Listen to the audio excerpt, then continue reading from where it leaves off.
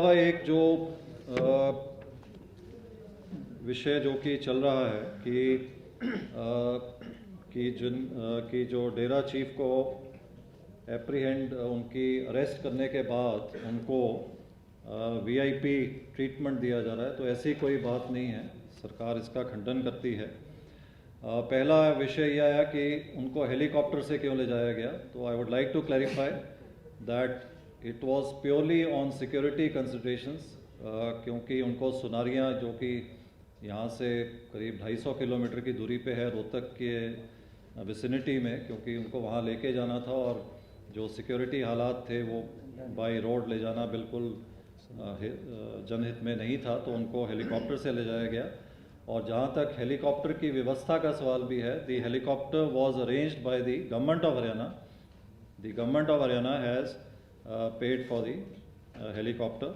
और जैसे कि आप जानते होंगे कि सुनारिया में हमारा हरियाणा पुलिस का और हरियाणा गवर्नमेंट का एक कॉम्प्लेक्स है।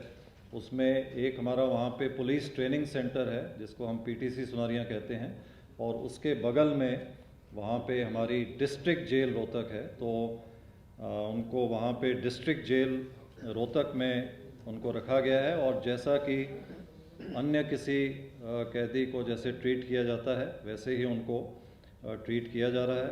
ये कहा गया कि वहाँ पे एयर कंडीशनर दिया गया है, ऐसी कोई बात नहीं है। जहाँ तक उनके खाने का सवाल है, जो खाना आम कैदियों को दिया जाता है वही उनको दिया जा रहा है। और जो उनकी Z+ सिक्योरिटी थी, the moment he was arrested the Z+ security stood automatically withdrawn. जो कल का घटनाक्रम था उसमें चाहे जो डेड हैं चाहे जो इंजर्ड हैं, उनमें अभी तक की जो जानकारी है उसमें एक भी लोकल व्यक्ति नहीं उनमें पाया गया है। और जितने भी लोग थे ये वो लोग थे जो कि बाहर से आए हुए थे और जो अपने आप को डेरा समर्थक बताते थे। और जो स्थिति वहाँ पे उत्पन्न हुई उसमें जो राज्य सरकार की जिम्मेवारी बनती थी और जो हाई कोर्ट के दिशा निर्देश थे, स्ट्रिक्टली उसके तहत पुलिस के द्वारा और जो लॉ एनफोर्समेंट एजेंसीज़ हैं उनके द्वारा कार्रवाई की गई। इसका लॉ एंड ऑर्डर का एक स्टैंडर्ड ऑपरेटिंग प्रोसीजर होता है जिसमें ड्यूटी मजिस्ट्रेट की ड्यूटीज़ भी क्लियरली डिफाइंड हैं, जो साथ में पुलिस होती है उनका भी है।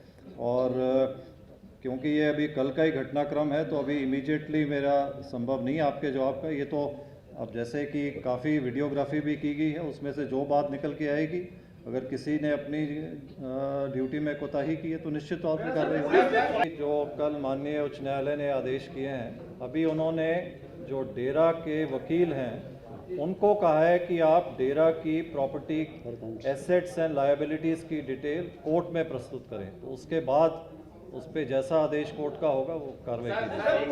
हाँ, नहीं ऐसे है कि इस समय ट्रेन सस्पेंडेड हैं, बस सर्विस सस्पेंडेड है, लेकिन इस पर आज दोपहर को समीक्षा की जाएगी। हालात को देखते हुए जितना जल्द हो सकेगा उनको रिस्टोर किया जाएगा। Now I would like to share the details about the number of arrests carried out. तो 8 डिफरेंट FIRs में, इन 8 डिफरेंट FIRs 524 लोगों को गिरफ्तार किया गया है, जिनके खिलाफ जैसे कि मैंने कहा कि 8 FIRs हैं। जो हर प्रकार का डैमेज है, इंक्लूडिंग विशेष तौर पर जो डैमेज टू व्हीकल्स हैं, जिनके कि या तो किसी का वाहन जलाया गया या वाहन को डैमेज हुआ, उसके लिए जैसे कि कल माननीय मुख्यमंत्री जी ने घोषणा की थी, एक स्पेशल हम पोर्टल क्रिएट कर रहे हैं जिसपे कि जो भी व्यक्ति है या जो भी संस्था है, मीडिया की संस्थाओं के कुछ वाहनों का की क्षति हुई है वो भी अपना क्लेम लॉन्च कर सकते हैं। जो प्राइवेट इंडिविजुअल्स व्यक्तियों के जो नुकसान हुआ है वो भी अपना क्लेम दावा वहाँ पे दायर कर सकते हैं, और उसकी पूरी 100% भरपाई जो है 100% compensation will be provided by the state government. At the moment, there are 101 companies of paramilitary which have been placed at the disposal of the state government, and there are 10 columns of the army. 6 column सेना के पंचकुला में diploid हैं और 4 column जो हैं वो सिरसा में diploid हैं, और इसके अलावा और कहीं पर आर्मी को नहीं बुलाया गया है। अभी पीछे कुछ मीडिया में खबर चल रही थी कि डेरा के अंदर आर्मी या पैरामिलिट्री घुस गई। ऐसी कोई बात नहीं है। जो सिरसा डेरा के बाहर का जो क्षेत्र है, एरिया एडजॉइनिंग दी डेरा, केवल उसी को फिलहाल हमारा जो ज़िला प्रशासन है वो पैरामिलिट्री और आर्मी की सहायता से उसको सैनिटाइज और सिक्योर कर रहे हैं, लेकिन डेरे के अंदर ना तो अभी कोई गया है और ना ही अभी ऐसी कोई योजना विचाराधीन है।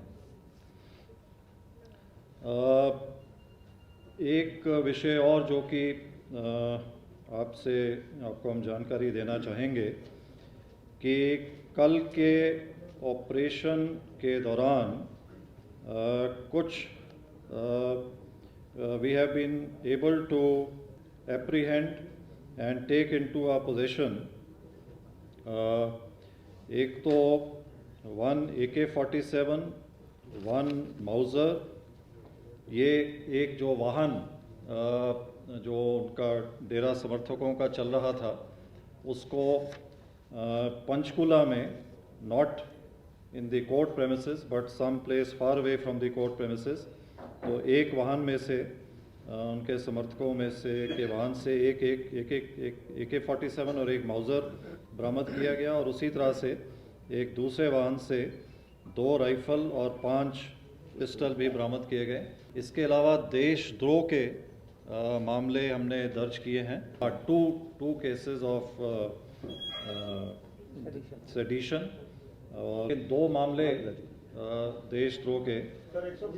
सबसे पहली बात जो मैं आपसे शेयर करना चाहूँगा कि कल शाम के 6:30 बजे के पश्चात पंचकुला में भी और हरियाणा के किसी अन्य शहर में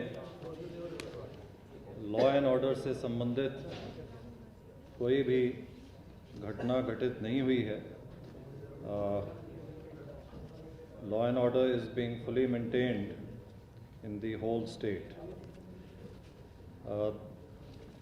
As far as the number of casualties are concerned in the incident which took place, in the incidents which took place following the pronouncement of the verdict, the number of deaths in Panchkula is 28, which includes 24 men, 3 women and 1 child. 3 deaths have been reported from Sirsa. As far as the number of injured is concerned, the figure was 250, which included 50 police personnel. Out of these 250, 101 had been referred to hospitals outside Panchkula. 31 और 61 लोग अभी उपचाराधीन, जिनमें से पंजाब के 24 निवासी हैं, 22 are residents of Haryana, 4 are residents of Rajasthan and 4 of UP. And ये उल्लेखनीय बात है कि जो इंजर्ड हैं उनमें से एक भी पंचकुला का लोकल निवासी नहीं है। जो भी लोग वहाँ पे आए हैं उनमें से कोई भी पंचकुला का लोकल निवासी नहीं है।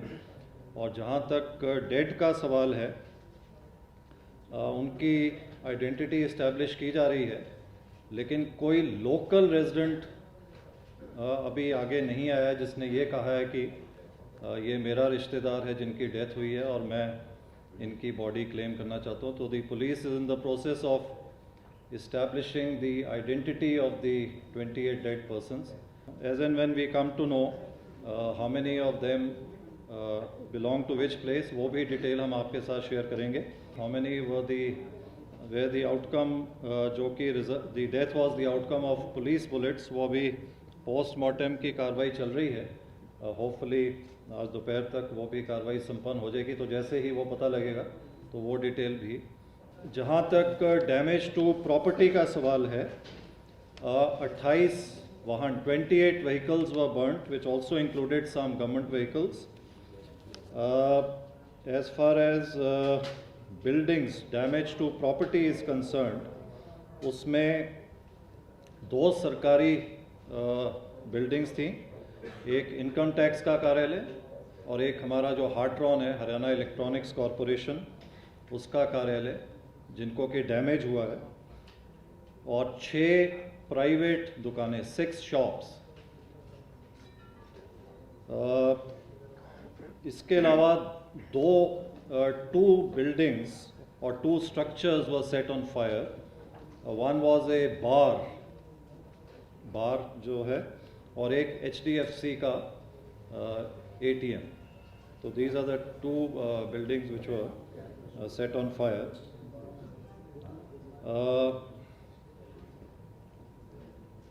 जैसा कि मैंने पहले कहा कि जो घटनाक्रम 3:30 बजे के आसपास शुरू हुआ, 6:30-7 बजे तक सारी स्थिति नियंत्रण में ला दी गई थी. और उसके पश्चात पूरी तरह से लॉ एंड ऑर्डर कायम है और किसी भी प्रकार की, ना केवल पंचकुला से बल्कि पूरे प्रदेश से कोई रिपोर्ट नहीं है.